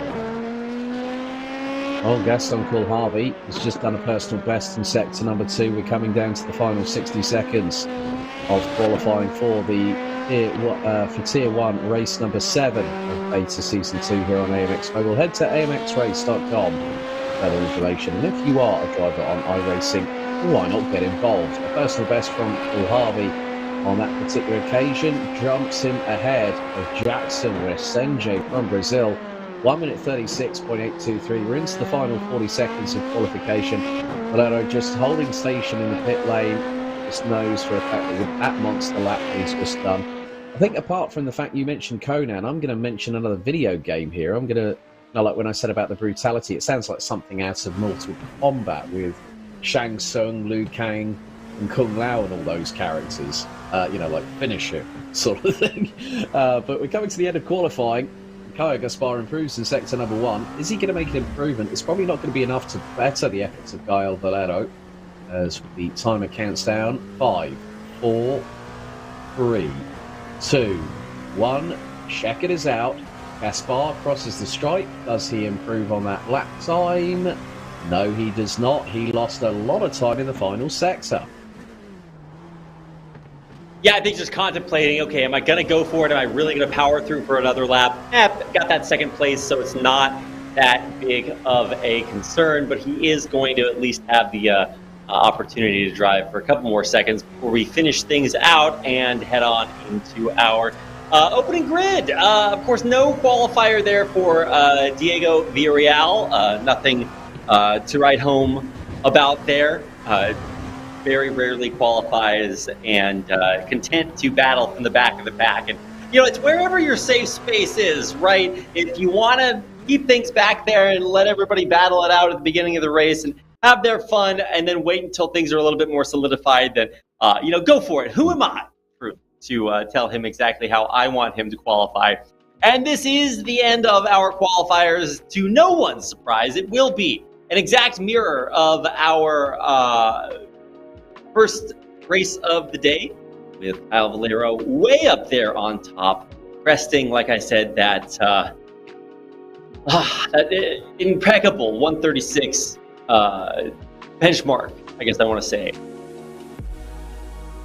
Yeah, so Gael Valero takes pole position for the second race in a row here on race day 14 of AMX Global race day, for race number 2, race 7 of Tier 1. By nearly 0.6 of a second ahead of KTF BRB Esports Caio Gaspar from Brazil. Then Gaston Coolharvey, the Argentinian, rounds out the top 3, covered by less than 0.8 of a second. Then Esports Brazil's Jackson Resenge in the number 5 will line up on the outside of row number 2, with Sudamerica Racing Team's Uruguayan hotshot Diego Villarreal not setting a time as we've customarily come to expect here on AMX Global. He will start from 5th on the grid. And with any sports car racing, normally there will be a rolling start. So it will be a case of gathering speed, punching the pedal to the metal, and then going on the rundown this very lengthy back straight, which is the prime spot for overtaking here at the Hungaroring, as we're just waiting for Gael Valero and Gaston Coolharvey to ready up. There is our pole sitter, and also Coolharvey has jumped up into 3rd on the grid behind Valero, so could get the whole shot on the rolling start if Gaspar has a bit of a mare on the start itself. The Porsche safety car is ready to guide the field around a short formation here at this nearly 4.4 kilometre long Hungaroring circuit. 12 laps of LMP2 action to conclude the racing action here on race day number 14 on AMX Global. Alex and Reed taking you through the action as it happens for one final time here on May 1st, before the evening of May 2nd sees race day 15 take place in earnest. So the Porsche pace car will head into pit lane as it does so now. Out of the final corner, revs start to rise, the speed increases, the green flag now waves we're underway, and a good start from the front row. Gaspar trying to keep level alongside There is Coolharvey looking to nose up the inside. Late on the brakes to the outside goes Gaspar on Valero. And looking into the run through turn 1A. Resende looking on the outside of Coolharvey. Looks to get through to the inside line here into turn number 2. Villarreal holding station at the back end of the field, but going through into the turn 3 right-hander is Gael Valero, Gaspar, Resende, Coolharvey and Villarreal. They are all within 2 seconds of each other as they head through turn 4. Now the hard braking zone into the right-hander here at turn 5. Valero has got the measure of the field early doors. Gaspar, Resende, Coolharvey and Villarreal are not that far adrift, so this is going to be an initial train, I think, through the first couple of laps as the tyres and the brakes come up to temp. But Valero, early doors here, Reed, has made good his intentions and pretty much nailed the start despite the best efforts of Kyle Gaspar. Actually, a very competitive, very close start here, and you're starting to see maybe the beginning of a race that will not look to mirror the first outing that we had earlier today on Lime Rock Park. A great start from all of our racers, and I kind of alluded to some of the earlier difficulties that we've had getting our racers off the starting line, but nothing like that here today. A very, very close start. All of our racers executing relatively well throughout the first chunk of races coming through our first lap, and no incidents, no accidents, just very good, very solid racing. It is absolutely anybody's race, and while there is a couple of seconds between Valero and Villarreal, the total distance between first and last here less than the distance between any of the cars in our first race towards the end of time. So very excited to see the action really heat up here. Although I say, if you get a Red Bull livery ahead of you, you always got to watch out for the crowd back behind and our racers up a little bit faster. Increasingly dangerous to head into the hard part of Hungaroring around this tiered corner, and seeing whether or not we do get some separation coming through our third lap of time. Yeah, so steadily leading the field about 7/10 of a second as they sweep their way through turn number 9 at the top part of the circuit through the left-hander here at turn 10, and then carry that fast-paced momentum through the right-hand sweeper here at turn number 11. Then it's the short run down to the 90 right. It's going to be hard on the brakes. Turn the car in, slow in, fast out, run the car a little bit wide, using a little bit of the AstroTurf on the exit of the right-hand corner at turn number 12, and Valero still will lead after 1/6 distance has been completed. Lap 2 completed. We've now started lap number 3, and Valero is starting to stretch that advantage. Another fastest lap on the road for Gael Valero on the 36.144. Kyle Gaspar nearly about 4/10 of a second off his pace. The gap now starting to increase north of 9/10 of a second. It's nearly a second between Kyle Gaspar and Jackson Resende. But also one of the biggest things with these with the aerodynamic properties of these LMP2 Dallara P217 cars is that because a very different proposition to what we had for free tier race number 14, where it was front wheel drive, now we've got rear wheel drive. You've got nearly double the horsepower. You've got a car that's got a perfect center of gravity due to the engine being based behind the cockpit of the driver. And they're so low slung to the ground. You wallop over these curves too hard, Reed. We have seen it before where LMP2 cars have been susceptible to either two wheels in the air, possibly flip. Yeah, always something to watch out for. Anytime you're hitting those brake zones, coming around corners, it's so easy with LMP2s to lock those wheels, especially for Dallaras. As at least that was my experience. I'm sure other people have had those issues too. It is always something to watch out for. So I guess one of many of the unique characteristics of these LMP2. But absolutely delivering. Dallaras, a pleasure to watch, and it's our first time this season getting these cars out onto this particular track. Coming through our first third of time here today, and I want to say the action's still very, very close. by far the closest gap in that first and second spot, and after a host of races where it has been a little bit of a vacation for our leader, not so today. Gaspar tails by a half a second, 0.5, 0.6 there, rear view of Valero on your screen. And really when, like you were mentioning earlier, Alex, the opportunity, right, when the best place to strike, and we are coming up on it after that first half of the track is in our rear view here. Gaspar certainly closing on Valero's. Yeah, noticing by the driving style of Kaya Gaspar is a little bit more aggressive over the curbing in comparison with Valero, who seems to be a little bit more metronomic in his application of turning the car into the corner. Not using too much curb, but Gaspar using the more Brazilian aggressive racing style that was punctuated by the late Ayrton Senna, who unfortunately 29 years ago today passed away in that fateful weekend at Imola in Formula One. And also earlier on that weekend, we also lost Austria's Roland Ratzenberger, who lost his life during time qualifying that very same weekend. So it has been nearly 3 decades since that tragic day that has remained in many people's hearts and minds, myself included, over the past close to 30 years. We are racing in both their honours here today at AMX Global. But Valero is getting the pressure cooker brought his way courtesy of Kaya Gaspar, who has been closest since the opening lap, as he has been all race so far. We're on lap number 5 out of 12.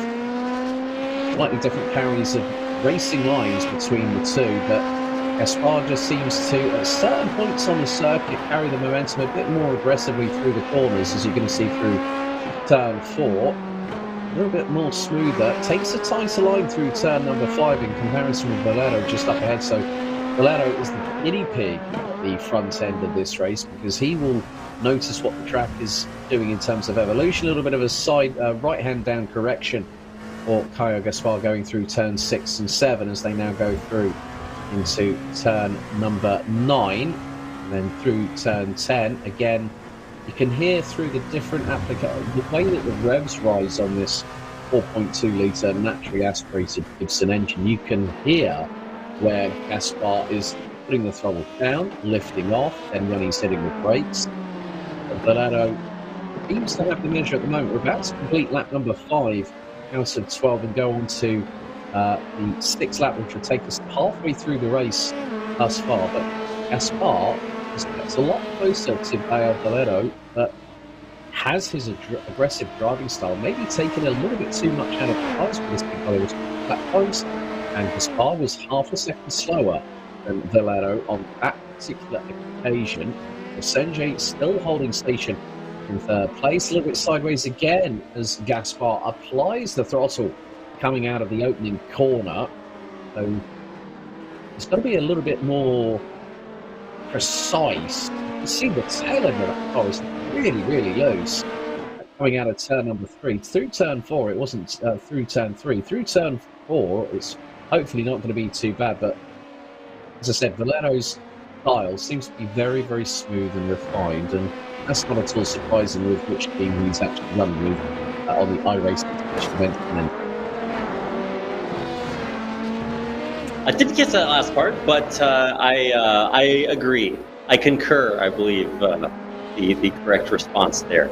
But I just want to go ahead and echo that my apologies for calling things a little bit too early. I was optimistic, Alex. I was hopeful, but in the end, it does appear as if our racers are sort of letting each other find their own personal, private spot to occupy on the track. Think of this as extended, polite group qualifiers. The pack now starting to distance itself as we are hitting those 260s up towards the 270s max speeds, top speeds for Valero. Actually, a little bit lower, though I won't say that's hindered him too much. Quite the distance up at the front of the pack, and of course, even more so at the back, as Diego Villarreal trails quite significantly. I really wish I had maybe held my prediction for, say, the middle of the race, as we are a little bit past that. I was hoping that the clump would be a little bit more, a little bit tighter, a little bit closer. But, you know, what can you do, right?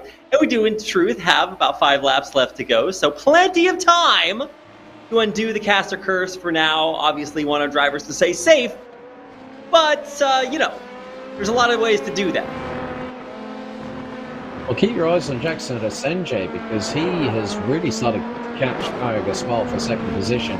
Gap between them less than 9/10 of a second, and one of the earliest indicated top speeds, that was for Kyle Gaspar, 278 kilometers an hour. That equates to just north of 170 miles per hour. You can see a little bit of scuff damage on the right side pod of Jackson Senjay's LMP2 car, as he really is closing in on Gaspar for that second position through into turn number 12, through 12A, now into the left-hand hairpin.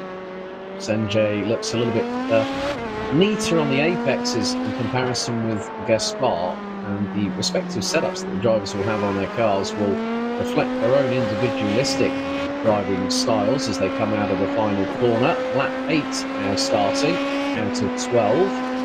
Gap between Senjay and Gaspar is starting to close once again, hard into the braking zone, all the way down the gearbox from 6th, 265 kph to around 100 kilometers an hour.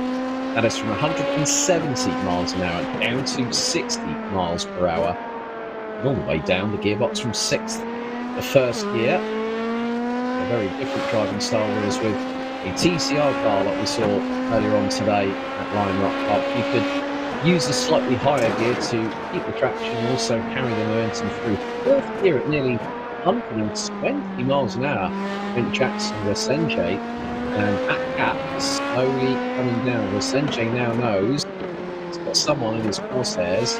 That person, Red Bull livery car, won. Kyle Gaspar for second. Yeah, absolutely. Okay. All right. So I'm just going to keep complaining, and then things will get better. That's how it works.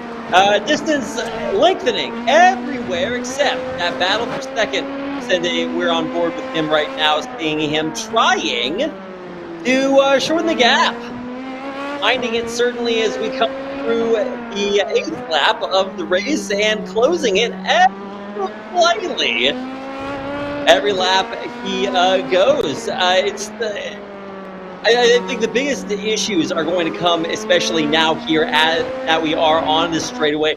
How fast, how hard can you put that pedal to the metal? Who's got the better top speed and can lean on that pedal the longest before, of course, pulling off for a very, very sharp turn into that 1 and 1A, which you're seeing here on your screen right now.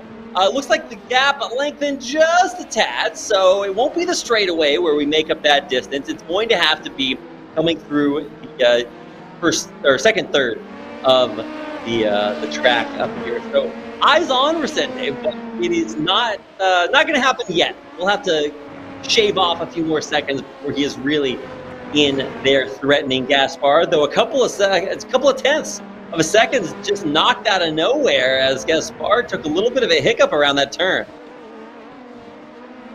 Yeah, Sunday was absolute at full throttle, about 120 miles an hour in 4th gear going through turn number 4, and that's where he's making up the time on Kyle Gaspar. He's got to have a little bit of a neater approach into the remainder of the circuit, because as soon as Gaspar gets into some open space like he is now, that gap extends, and you can see the differentials between the two, that Gaspar was slightly quicker in the first sector, but then in sector number 2, Senjay came back at him. Gap now coming down as they go through into turn number 14. Lap 9 is in the books right now. 3 more to go, including this one. And Valero's lead has stretched to 2.5 seconds. Senjay again closing in on the start-finish straight. He needs to be within 3 to 4 tenths of a second down the start-finish straight to mount an offensive on Jackson Senjay, because then the slipstream will be a lot more effective. But also the biggest thing that Senjay will have to cope with being behind Gaspar is going to be that dirty air. And by that is the fact that the car in front will be punching a hole in the air, through the air in front, the car behind, out of 12. That's right, 2 more remaining. We come into our penultimate lap trip around Hungaroring, right? Our beautiful time here in Hungary closing to an end as are our racers. My hopes, Alex, reside with Resende here. I'm looking at that time, and I'm hoping it gets a little bit closer as he closes in on Caio Gaspar. We're now focusing on there in his fantastic Red Bull livery, not living up to any hearsay stereotypes out there and keeping it safe, but cool. And it looks like we are just going to ride out the rest of our time. I don't actually think that, I'm just saying it so that I can hopefully curse us in some action here towards the last couple of laps, although in explaining that, I've probably undone myself. So just trying desperately to keep an eye on any of the action, any potential. That was a big wobble. That was a very big wobble coming out of turn 5 there for Caio Gaspar. He nearly lost the back end of the number 1 car. But Resende goes very, very wide coming out of turn number 11. So the tyres are starting to lose their adhesiveness, especially with the drivers in 2nd and 3rd position. And Valero is now onto this time around. It will be the white flag out this time. There it goes. 1 more lap remains, and Valero has a lead of nearly 4.5 seconds. There's Gaston Coulharvey, resplendent Tommy Hilfiger livery, running at the top 4 as the white flag is shown his way. Diego Villarreal is about 10% away. There was a massive moment for Gaspar. Resende has just gotten up the inside. Gaspar went so late on the brakes, outbraked himself into turn 1, and now the battle for P2 is really on. There's nearly a little bit of a clash between the pair. Resende looking around the outside, he's gone sideways. Gaspar remains in 2nd position. Incredible drama going on to the final race lap of today's action here on race day number 14. Gaspar got it all crossed up, went a bit wrong going through into turn 1.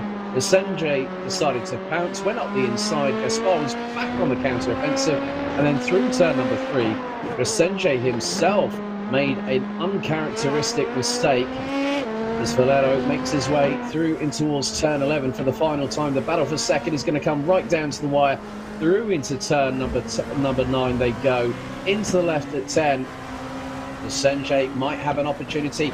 He's right on the back bumper of Caio Gaspar going through the 14th and the final corner.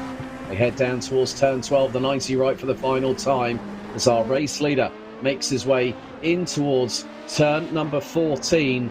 So it's going to be the double for Gael Valero, the number 33 from France, who's going to pick up the W here in the 2nd race in a row. But who's going to take 2nd place? It's going to be between Gaspar and Resende. Resende could get the whole shot coming out of the final corner, but it's not going to be enough. Gaspar holds on after a massive scare going into turn 1 at the first on the final lap of the race. Resende takes 3rd, Coulharvey takes 4th, and Villarreal will come across the line very, very shortly. There is your race winner, Gael Valero from France, the number 33 Apex Racing Team car. He's done the double today here on race day 14. Yeah, shaking the good stuff there at the end with a little bit of a celebratory spin out.